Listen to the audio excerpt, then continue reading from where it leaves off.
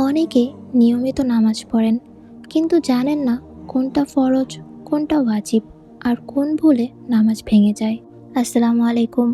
আজকের এই ভিডিওতে আমরা আলোচনা করব আহকামে শরীয়ত কি, নামাজের ১৩ ফরজ, নামাজের ১২টি ওয়াজিব, নামাজের ১৪টি সুন্নাত, নামাজ ভঙ্গের কারণ এবং কোন কোন কারণে নামাজ নষ্ট হয় না, সব কিছু সহজ ও পরিষ্কারভাবে। আহকামে শরীয়ত পবিত্র কোরআন, হাদিস, ইজমা ও কিয়াসের ভিত্তিতে যা করার জন্য আদেশ ও না করার নির্দেশকে আহকামে শরীয়ত বলে।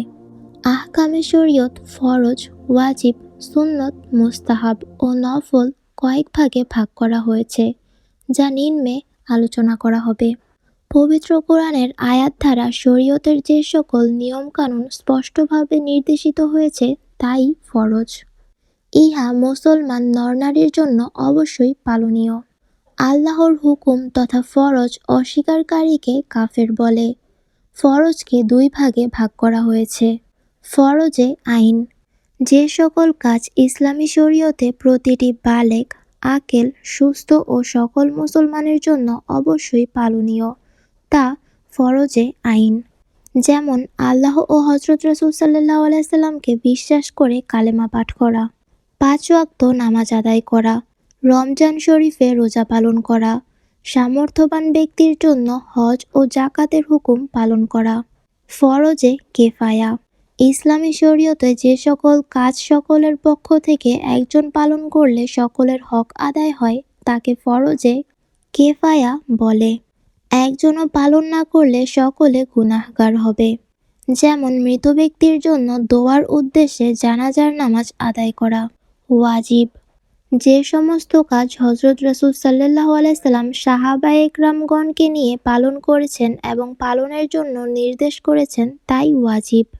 যেমন ঈদ উল ফিতর, ঈদ উল আজহা, বেতের নামাজ আদায় করা, রমজান মাসে তারাবির নামাজের পর বেতের নামাজ জামাতে আদায় করা হয়।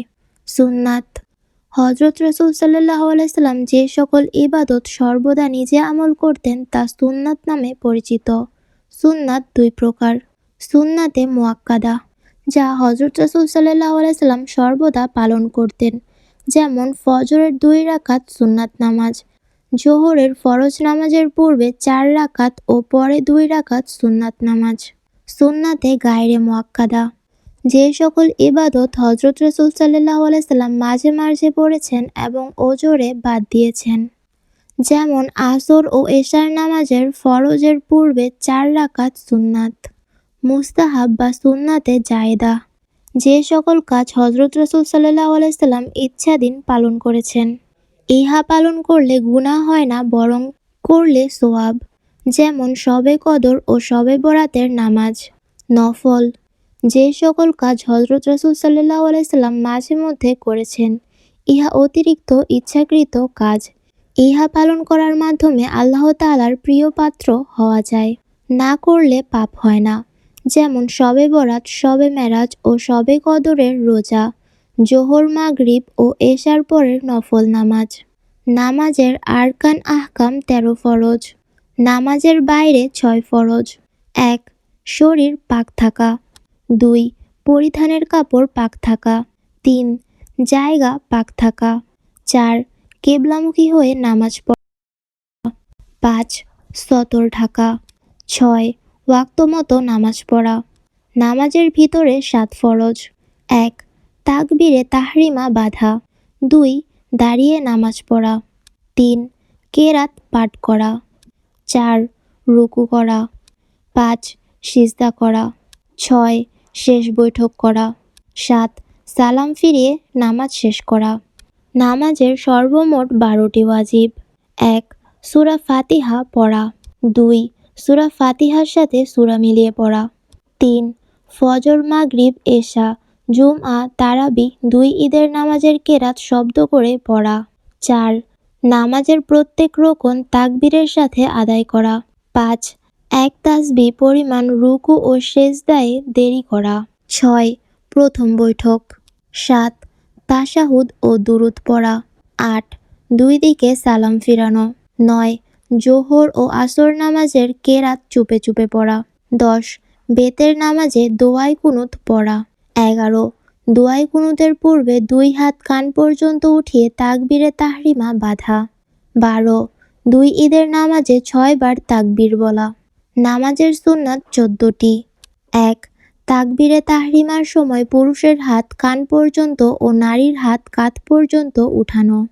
2. পুরুষ নাভির ওপর এবং নারী বুকের ওপর হাত বাঁধা। 3.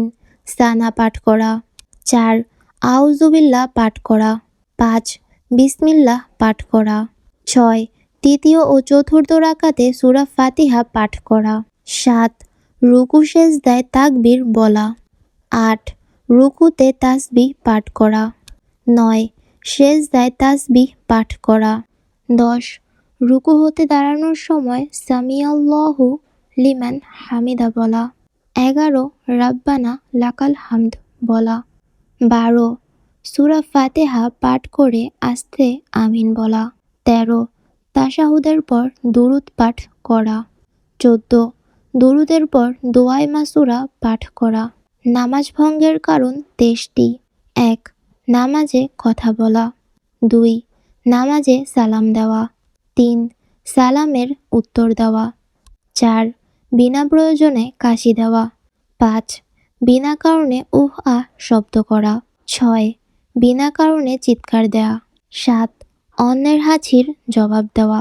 8. সুসংবাদ শুনে আলহামদুলিল্লাহ বলা। 9. দুঃসংবাদ শুনে ইন্নালিল্লাহ বলা। 10. আশ্চর্যজনক সংবাদ শুনে সুবহানাল্লাহ বলা। 11. কোরআন শরীফ দেখে সূরা পাঠ করা। 12. উচ্চস্বরে হাসা। 13. পানাহার করা। 14. এমন কাজ করা যাতে সে নামাজে নেই বুঝতে পারা। 15. ইচ্ছাকৃত ভুল করা। 16.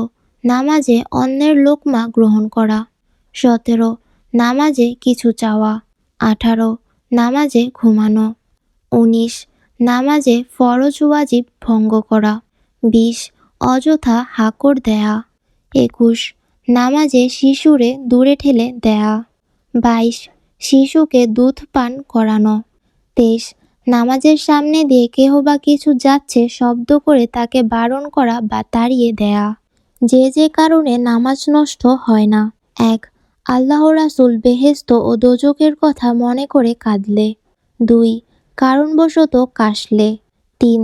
নামাজে সামান্য কাজ করলে। 4. নামাজের সামনে দিয়ে হেঁটে গেলে। 5.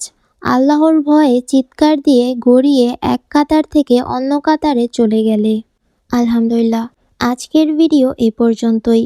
আমরা যদি নামাজ পড়ি তাহলে শুদ্ধভাবে পড়াই সবচেয়ে গুরুত্বপূর্ণ। আজকের ভিডিওটি যদি আপনার উপকারে আসে তাহলে অবশ্যই লাইক করুন। আপনার পরিবার ও বন্ধুদের সাথে শেয়ার করুন।